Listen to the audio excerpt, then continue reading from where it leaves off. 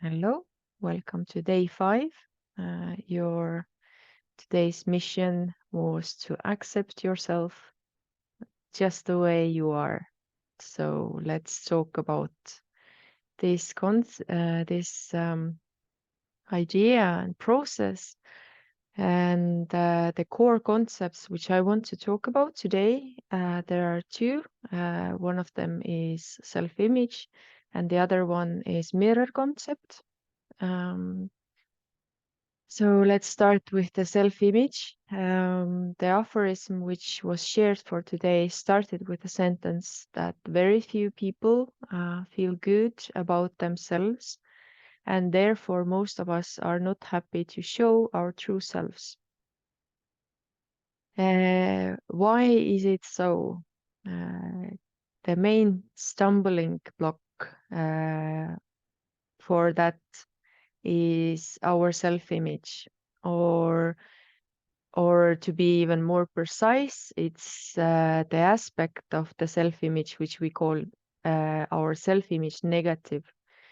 This is the place where we store our shortcomings, um, things which we regard negative, aspects about our character which we regard negative. And it's not easy to accept those things. I can tell from my experience as well that yes, it takes effort to accept everything. And why is it so? It's I will come back to it later as well.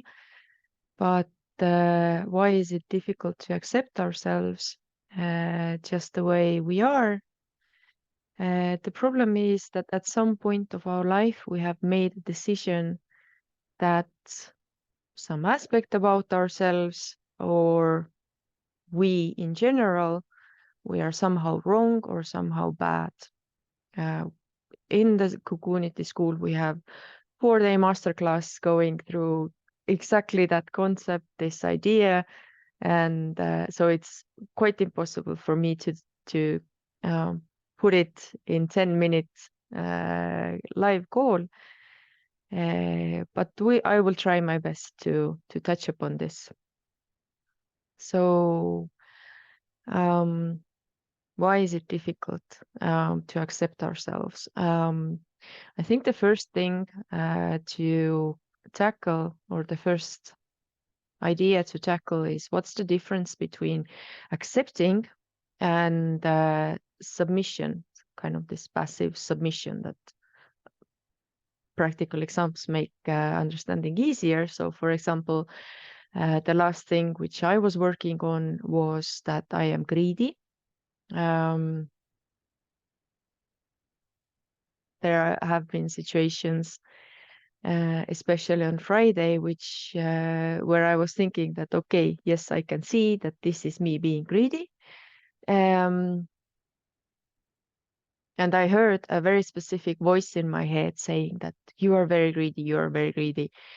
And what I started to ask myself is, you make it sound like a bad thing. So you make it sound like this is something negative.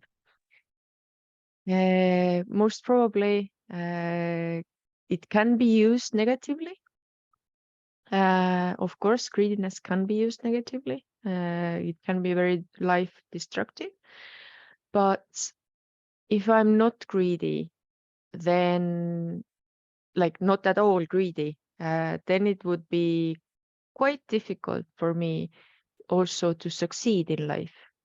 So the way I can use this greediness is I can use it for success, for accomplishing things, for getting a pay raise, for example. Like, very, very simple example. I need to be at least a little bit greedy to be able to go to my boss and say, hey, actually I need or I want to have a higher salary. So what is the difference between acceptance and submission? I will draw a different parallel. I read the volume 5 from Theon Mares's books. Also, this Journey of Adjustment book is from Theon Mares. So he has 8.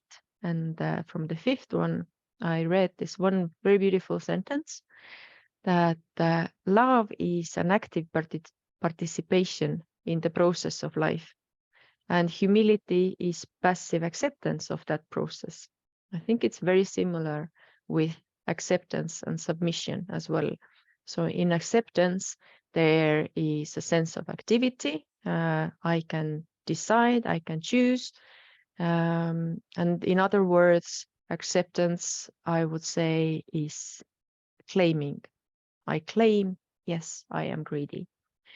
With passive submission, there's nothing I can do about it. I hand over power to something else that, yes, okay, it's so, I cannot do anything about it. But with acceptance and claiming, I can start using those aspects life supportively for myself and also for people around me. But what happens if we do not accept ourselves, and also the negative sides? I'm going to talk about negative because it's easier to understand, and then I will drift back to positive. So lack of self-acceptance is the root cause of insecurity. And how do I know that I am not accepting myself? The usual expressions of lack of self-acceptance are shame, guilt, embarrassment, anxiety. So if you are familiar with the change triangle concept, then these are those inhibitory emotions. These are those emotions which we feel, which are actually blocking to show our true, authentic self, also to show our core emotions, which we talked about yesterday a little bit. So we are in this, in the change triangle, in the place where we are actually still not allowing ourselves, our authentic selves, to come to life and come into the relationships. And why is it so? Like I said, at some point of life, we have made the decision that we are wrong. We are somehow bad. So from the example of greediness, there are many examples how greediness is used life destructively in the world. But another aspect which for me it's still difficult to accept in myself is that I'm competitive, and give me a game and when when I play the game with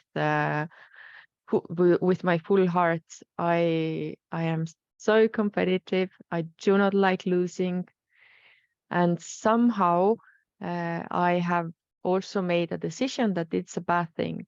And what is happening at the moment? It's with this decision that my competitiveness and my wanting to win, seeing those as negative, as bad, I am also not able to succeed, for example, in business world, which is highly, highly competitive. So another work for me to be done.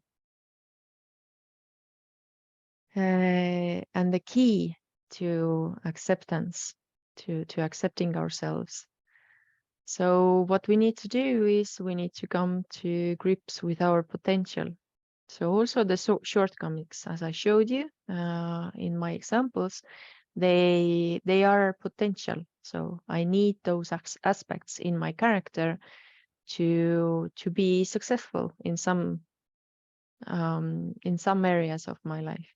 Of course, if I'm like sore loser, this competitiveness is very destructive to the relationships in my life. So this is also happening. I do not like playing board games with my family members because I'm like this. Estonians know this character Kungsmoor. When I win, I'm like, oh, I won. When I lose, I'm very sore. I can be grumpy for for hours afterwards. So yeah, we need to take those bits of the character and make them ourselves, for like make them our own would be the correct way to say it. And the task today. So we don't want to make your life easy. So as you saw, my examples also were from the self-image negative side, were about shortcomings. This is fairly easy to look at. But what might be much harder is to focus on the positive.